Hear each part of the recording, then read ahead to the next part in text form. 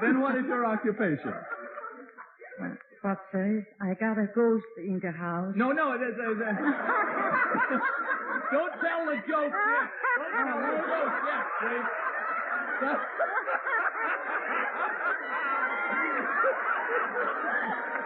That comes later. Later, Mrs. Kahn. Later. Now you've told the consequence. The ladies are going to have to tell jokes, you see, if they go on. All right. Now, we told them to make sure they had a joke up their sleeve. Do you have anything up your sleeve? No. No, that's good. What do you do for a living?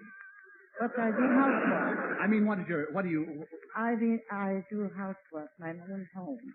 You're a housekeeper, too, isn't that nice? Yeah. Mrs. Cuneo is housekeeper retired, and Miss Snyder here is still working. Yeah. All right, now here's a question, ladies. Miss it, we'll have a little consequence. Now listen very carefully to this question. Wait till I get it out of my pocket now. Here it is.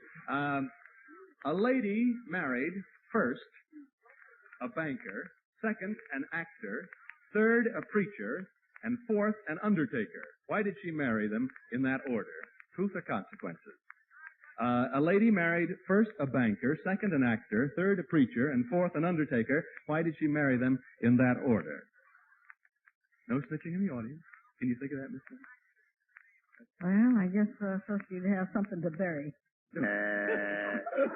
Well, you were close and on the right track. You were at the wrong funeral was the only thing. A lady married first a banker, second an actor, third a preacher, and fourth an undertaker. Why'd she marry in that fashion? 1 for the money, 2 for the show, 3 to get ready, and 4 to go. That was the idea. That was the idea. Well, you haven't told the truth, ladies, so you must pay the consequences. Now, do you know any good jokes? Joe? Now we come to the... I know it. Now you know a joke. Let's hear Mrs. Kahn's joke. Now, here's the idea. All 3 of you ladies, we're going to ask to tell a joke. Now, that's why we told you to be thinking over in your mind a good joke, you see. Yeah. And remember that we're on the air. So I have to sing now? No, what? Yeah, when I go like that, you do it. See? Oh, I see. Now, the one who tells the best joke will get an extra prize of $10 just to make it a little exciting. All right, Mrs. Kahn, you're first. Yeah. Yes. I got a ghost in the house. A ghost? Yeah, a ghost and a Goat. smell it. Goats, you told me. Yes. Yes. And I smell it. What's that?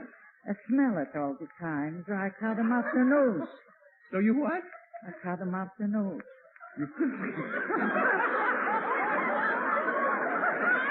Oh, that's a killer, isn't it?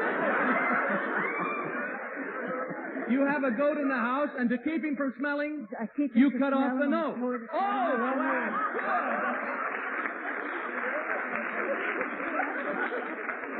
Oh, that's wonderful. Do you really have goats at your house? Yes. You do?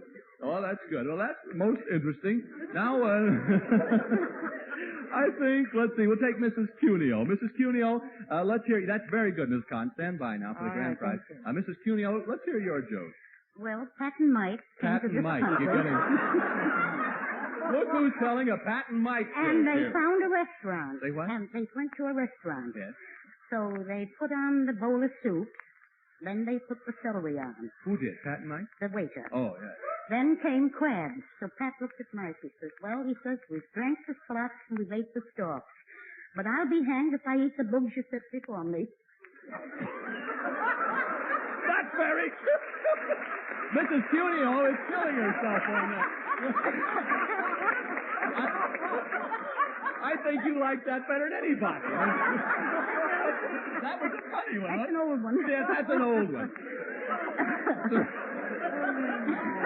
Approximately, how old would you say that was? It came over with the cover over it anyhow, didn't it? Came over from Miss Ireland. Cuneo, that's terrific. Miss Snyder, you're third now. You got to hold up your side of the question here. Now, a good joke.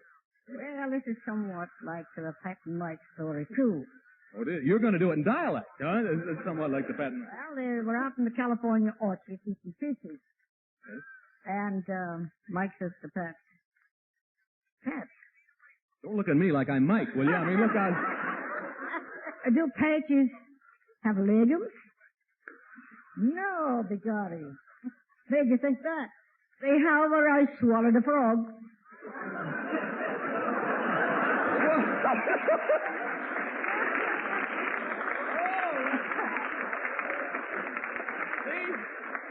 you could sell these to Bob Hope for 2 cents a piece, and lose money on it. Would you, now, just go over that slightly for me again, just in case I missed anything along there. Yeah, just like you were a very Orem edition of it. I mean, just give me the glossary. Exactly. Pat and Mike were in the orchard. Now, I didn't... California orchard, Yeah. eating fruit. Yeah. And they were eating some peaches. Yes. And Pat looked at Mike and said, Mike, do peaches have legs? Now, what is that last word? Is the one... Legs. Oh, well, now it's funny, isn't it? Oh, that's good. All right. Okay. Well, I think the one... I think we'll just have to call the tie and give them all $10 apiece because it was so very close. Thank you very much, ladies. Thank you. Thank you, Miss Junio. Thank you, Mrs. Kahn. Thanks for joining in Truth or Consequences. And now back to mail call.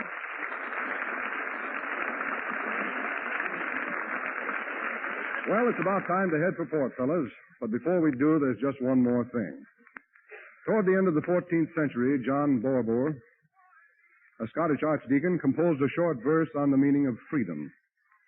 To quote Louis Untermeyer, a distinguished American author and editor, this is not only a living poem, but a motto, a slogan, a war cry, and a prayer for peace. I'd like to read you a translation of that tribute to freedom. Ah, freedom, a noble thing. The sound of liberty doth ring.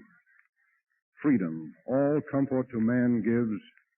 He lives at ease that freely lives.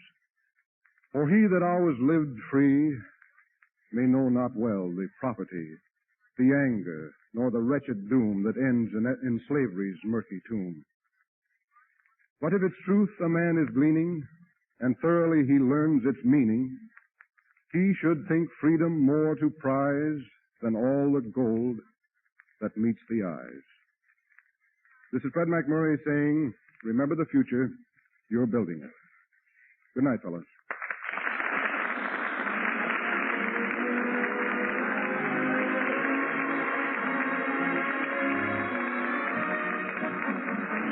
This program was arranged with the cooperation of the Hollywood Coordinating Committee.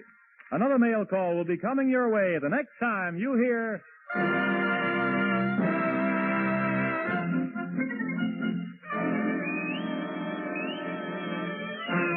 This is the Armed Forces Radio Service.